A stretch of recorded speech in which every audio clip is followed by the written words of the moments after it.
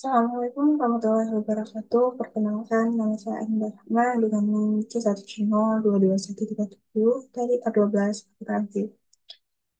Di sini saya akan mempresentasikan mengenai aspek keperilakuan pada akuntansi pertanggungjawaban pada mata kuliah akuntansi pertanggungjawaban dengan dosen pengampu yaitu Bapak Dr. Firmia Eka Putra, SEMSD, dan Ibu Dr. Wira Lestari, SEMSD. Baiklah, langsung saja pada materi, yaitu yang pertama, akuntansi pertanggungjawaban. Akuntansi pertanggungjawaban merupakan istilah yang digunakan dalam menjelaskan akuntansi perencanaan serta pengukuran dan evaluasi kinerja organisasi sepanjang garis pertanggungjawaban. Akuntansi pertanggungjawaban adalah komponen yang penting dari sistem pengendalian ke suatu perusahaan. Manfaatnya memberikan suatu kerangka kerja yang berarti untuk melakukan perencanaan, agregasi data, dan pelaporan hasil kinerja operasi di sepanjang jalur pertanggungjawaban dan pengendalian. Lalu ada akuntansi pertanggungjawaban PS akuntansi konvensional. Akuntansi pertanggungjawaban berbeda dengan akuntansi konvensional dalam hal cara operasi direncanakan dan cara data akuntansi diklasifikasikan serta diakumulasikan. Dalam akuntansi konvensional, data akuntansi diklasifikasikan berdasarkan hakikat atau fungsinya dan tidak digambarkan sebagai individu-individu yang bertanggung jawab atas terjadinya dan pengendalian terhadap data tersebut.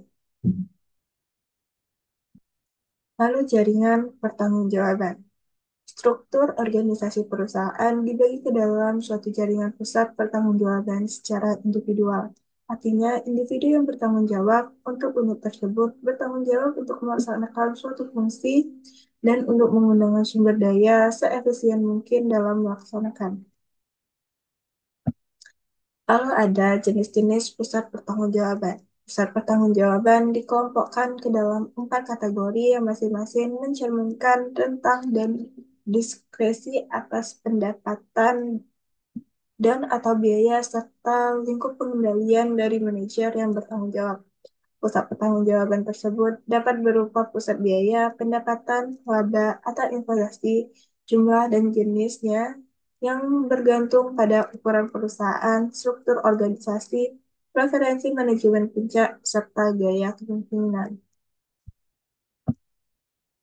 Lalu selanjutnya itu adalah menetapkan pertanggungjawaban. Dalam menetapkan pertanggungjawaban, perlu adanya spesifikasi untuk tugas individu. Setiap orang diberi tanggung jawab dan ditentukan pula aktivitas dan fungsinya. Dalam kenyataannya adalah berarti tugas dengan atasan. Faktor terpenting dalam menetapkan tanggung jawab adalah persetujuan dengan direksi dan pertanggungjawaban atas sumber daya yang didelegasikan berdasarkan fungsi atau tugas. Bertanggung jawab terhadap suatu membuat seseorang merasa kompeten dan penting. Hal tersebut mengimplementasikan wewenang pengambilan keputusan dan dapat memotivasi mereka untuk memperbaiki kinerjanya. Pertanggungjawaban adalah penemuan dari suatu pekerjaan tahap.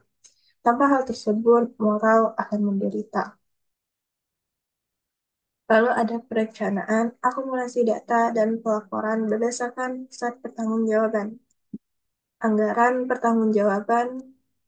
Karakteristik dari anggaran pertanggungjawaban adalah bahwa manajer pusat bertanggung jawab dibebani target kinerja hanya untuk pos-pos pendapatan dan biaya yang dapat mereka kendalikan. Yang kedua, akumulasi data.